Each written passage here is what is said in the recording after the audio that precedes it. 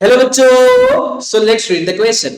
So the question says the intermixing of two or more than two substances due to the motion of their particles in order to get a homogeneous mixture is known as.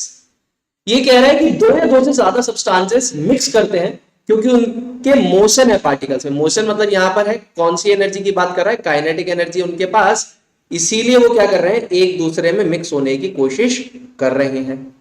ठीक है, तो ये क्या बनाना चाहते हैं, बनाना चाहते हैं homogeneous mixture. मतलब अभी जो सब्सटेंसेस मिक्स हो रहे हैं उनमें होमोजीनिटी नहीं है, मतलब यूनिफॉर्म मिक्सचर नहीं है.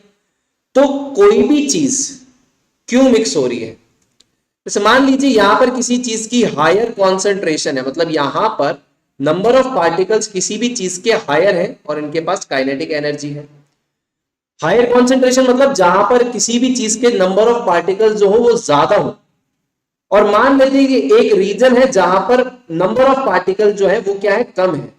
ठीक है, मतलब एक तरीके से यहां पर ज्यादा पार्टिकल्स है किसी चीज के, यहां पर कम पार्टिकल्स है उस चीज के. ठीक है, तो ये चीज क्या करेगी, ये चीज हायर से लोअर कॉन्सेंट्रेशन की तरफ फ्लो करेगी.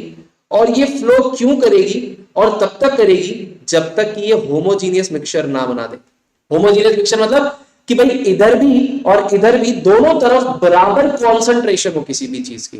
ठीक है, तो अभी जो दो चीजों का मिक्सिंग हो रहा है, जैसे मान लीजिए आपने अगरबत्ती जलाई तो अगरबत्ती की महक पूरे रूम में घूमती है, अलग अलग कॉर्नर्स पे जाती है, और वो तब तक आपकी जाएगी और उस डायरेक्शन में तब तक वो रन करेगी जब तक हर डायरेक्शन में कॉन्सेंट्रेशन क्या ना हो जाए, यूनिफॉर्म ना हो जाए. तो ये जो यूनिफॉर्म मिक्सचर या होमोजीनियस मिक्सचर बनता है और पार्टिकल्स आपस में मिक्स करते हैं, इस फिनोमिना को हम क्या कहते हैं, इस फिनोमिना को हम कहते हैं डिफ्यूजन. क्या कहते हैं, इसको हम कहते हैं डिफ्यूजन.